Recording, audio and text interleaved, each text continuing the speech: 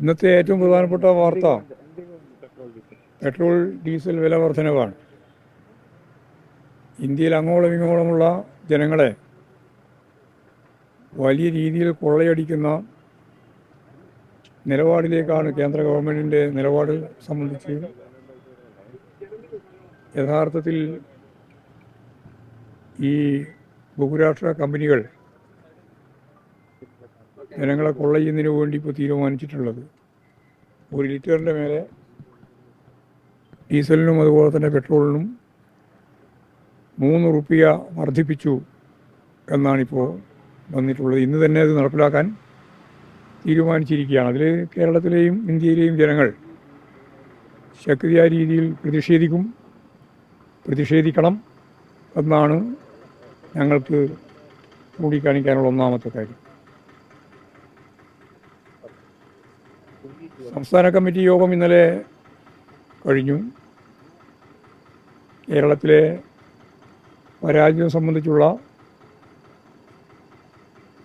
സ്വയം വിമർശനപരമായ പരിശോധന കഴിഞ്ഞ 3 ദിവസങ്ങളിലായി സെക്രട്ടേറിയറ്റും അതുപോലെ സംസ്ഥാന കമ്മിറ്റിയും വിശദമായിട്ട് പരിശോധിച്ചിട്ടുണ്ട്. ആ പരിശോധന കൊണ്ട് മാത്രം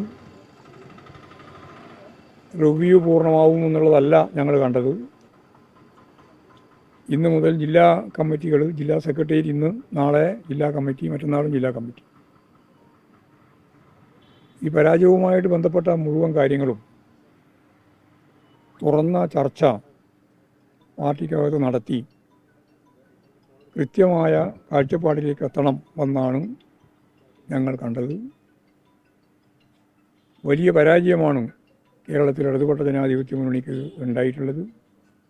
അതിന് നിരവധി കാരണങ്ങളുണ്ട്. ആ കാരണങ്ങളെല്ലാം പരിശോധിച്ച് ആവശ്യമായ തിരുത്തൽ നടപടികളിലേക്ക് പാർട്ടി ഒന്നടങ്കം ഒറ്റക്കെട്ടായി മുന്നോട്ടേക്ക് പോകും.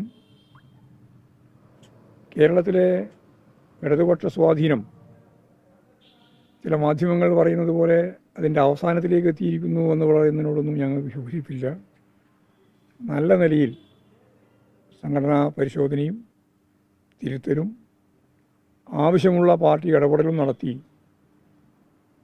വർഗ ഭോജന പ്രസ്ഥാനങ്ങളുമെല്ലാം സജീവപ്പെടുത്തി വലിയ രീതിയിൽ ഇടതുപക്ഷ ജനാധിപത്യ മുന്നണിക്ക് തിരിച്ചു വരാൻ കഴിയും എന്ന് തന്നെയാണ് പാർട്ടി പ്രതീക്ഷിക്കുന്നത്. പക്ഷേ ഇവിടെ വലിയ പരാജയമാണ് സംഭവിച്ചെന്ന് പറയുമ്പോഴും സംസ്ഥാന കമ്മിറ്റിയിൽ കെ രാഗേഷൊക്കെ പറയുന്ന ഒരു വോട്ട് കുറച്ച് കെ രാഗേഷ് പറയുന്നത് നിങ്ങൾ കേട്ടില്ല അങ്ങനെ വരുന്നത്? അങ്ങനെയാണ് അങ്ങനെ വാർത്ത എന്തൊക്കെ വരും? വാർത്ത നോക്കിയിട്ട് മാത്രം നമുക്ക് എന്തെങ്കിലും പറയാൻ പറ്റുമോ?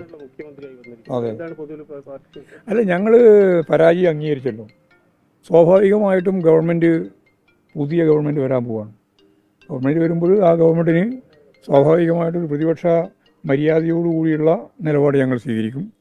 അവർ മുമ്പ് ചെയ്തതുപോലെ സത്യപ്രതിജ്ഞ ഉൾപ്പെടെ ബഹിഷ്കരിക്കുന്ന നിലയാണ് കഴിഞ്ഞ പ്രാവശ്യം ഉണ്ടായത്. എന്ന് പറഞ്ഞാൽ ഭരണത്തെയും ഭരണ സംവിധാനത്തെയും വികസനത്തെയും ഒന്നും അംഗീകരിക്കില്ല എന്നുള്ള നിലപാട് അവർ സ്വീകരിച്ചിരുന്നത്. ഞങ്ങളുടെ നിലപാട് സ്വീകരിക്കില്ല. അതുകൊണ്ട് ക്രിയാത്മകമായ ഒരു പ്രതിപക്ഷം എന്ന രീതിയിലാണ്. ശരിയായതിനെ പൂർണ്ണമായിട്ട് അംഗീകരിക്കും, തെറ്റായതിനെ ശക്തിയായ രീതിയിൽ വിമർശിക്കും.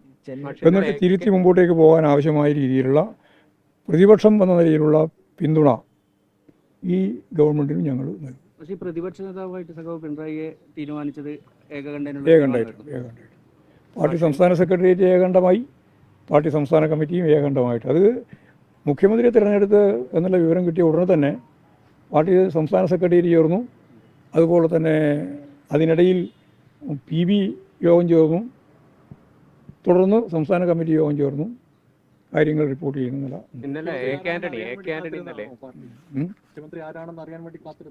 അല്ലല്ല, മുഖ്യമന്ത്രി അല്ലാണ്ട് പ്രതിപക്ഷം ഇല്ലല്ലോ. ഇനിയിപ്പോൾ ഗവൺമെൻറ് ജീവിക്കുന്നില്ല, പിന്നെ എന്തിനാ പ്രതിപക്ഷം? അല്ലാതെ പറഞ്ഞ മനസ്സിലായില്ലേ? അതായത് അതേ വന്നാൽ അപ്പോൾ തന്നെ പ്രതിപക്ഷം വരും, പ്രതിപക്ഷ നേതാവ് വരും. മാഷ് ഇന്നലെ ആന്റണി പറഞ്ഞൊരു കാര്യം ഉണ്ടായിരുന്നു. അതായത് സംസ്ഥാനം പാപ്പരായ ഒരു അവസ്ഥയിലാണുള്ളത്.